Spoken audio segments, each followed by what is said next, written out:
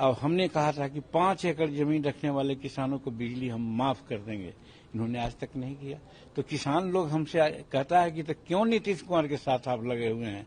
तो हम लोग इतना दिन उनको देखा परखा कि भाई क्या करते हैं। तो इसी प्रकार से शेड्यूल कास्ट का भी मामला है, कहने में समय लगेगा, लेकिन सच्चाई यही है कि जिन बातों को हम इम्प्लीमेंट करना चाहते थे जिससे बिहार का भविष्य बदल जाता, उन बातों को कहते रहे और इन्होंने उस पर ध्यान नहीं दिया।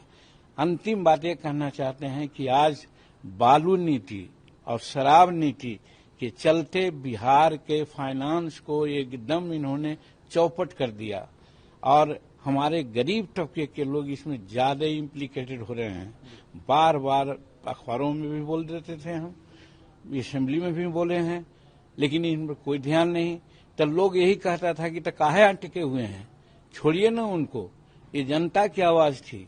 इसलिए हम लोगों ने लास्ट में निर्णय लिया कि अब इनको छोड़ना ही पड़ेगा और छोड़ करके इनको बाहर से हम लोग धक्का देंगे ताकि इन सब बातों का इम्प्लीमेंटेशन। आपने सर बहुत बड़ा फैसला ले लिया है, कहा जा रहा है कि अब बिहार की राजनीति में एक नया बदलाव आएगा। क्या लगता है आपको, अब क्या होगा, आप आगे किसके साथ? देखिए, हमारे पार्टी में जमहूरियत है, जनतंत्र है, हम अपने कुछ नहीं कहेंगे। ये जो हम निर्णय लिया, आप जानते हैं, हम राजगीर में नेशनल काउंसिल की बैठक बुलाया, वहां निर्णय हुआ।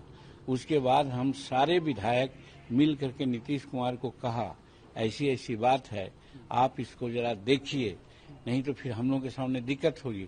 उन्होंने नहीं माना और कह दिया सीधे कि भाई आप पार्टी में आ जाओ और नहीं तो बाहर चले जाओ। तो फिर हम कोर कमेटी की बैठक बुलाया। कोर कमेटी की बैठक में सारे लोगों ने कहा कि नहीं, एकदम हम लोगों को बाहर जाना ही उचित है। तब फिर हम लोगों ने ये निर्णय लिया।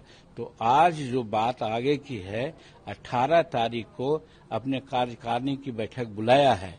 18 तारीख को कार्यकारिणी की बैठक में जो निर्णय होगा उसके बाद बताएंगे कि क्या करना है। ललन सिंह और तेजस्वी यादव ने कहा कि हम लोगों ने प्रॉपर इज्जत दिया था, मांझी जी को, उनके बेटे को भी इज्जत दिया था, मंत्री बनाया था, लेकिन फिर भी इस तरीके देखिए, से ले लिया। चाहे ललन बाबू हों, चाहे तेजस्वी बाबू हों, चाहे नीतीश बाबू हैं, चाहे कोई हैं, व्यक्तिगत हमको किसी से कोई ये दुराग्रह नहीं है। हम सबका सम्मान करते हैं।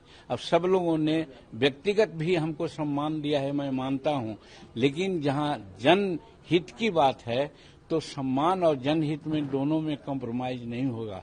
जनहित की बात अगर होती, हमको सम्मान न भी देते तो कोई चिंता नहीं थी, लेकिन जनहित की बात नहीं हुई हमारे लोगों की, गरीबों की, और हमको सम्मान दे करके ही अगर रहेंगे। सम्मान तो दिए, मंत्री भी बनाए, हमको मुख्यमंत्री भी बनाए। आज भी हमारा बेटा मंत्री था, और भी हो सकता था कि मंत्री विभाग मिल जाता। अपने हम रहते तो एंजॉय करते, लेकिन हमने समझा कि अब मात्र 2 बरस 1.5 बरस बच गया है। हम 2025 में जनता को, हम अपने वोटरों को क्या बात करेंगे। देखते हैं मगध में और मुंगेर में जब हम घूमने लगे तो हजारों हजार की संख्या में हमको लोग फॉलो करता था। 10-10 किलोमीटर हमारे संतोष के पीछे लोग जाता था, आता था। तो उन लोगों की एक आशा है, उनके आशा पर एक तरह से कुठाराघात हो रहा था, जो हम लोग बर्दाश्त नहीं कर सकते। इसलिए हम लोगों ने ऐसा निर्णय लिया। जो मंत्री बनने जा रहे हैं, अमर उजाला अब आपके टीवी पर भी। अपने स्मार्ट टीवी पर YouTube पर सर्च करें अमर उजाला, चैनल सब्सक्राइब करें और देखें ताजा खबरें, वो भी HD क्वालिटी में। और हाँ, बेल आइकन दबाना ना भूलें ताकि हर खबर हो आपके घर। अमर उजाला, निष्पक्ष, निर्भीक, निरंतर।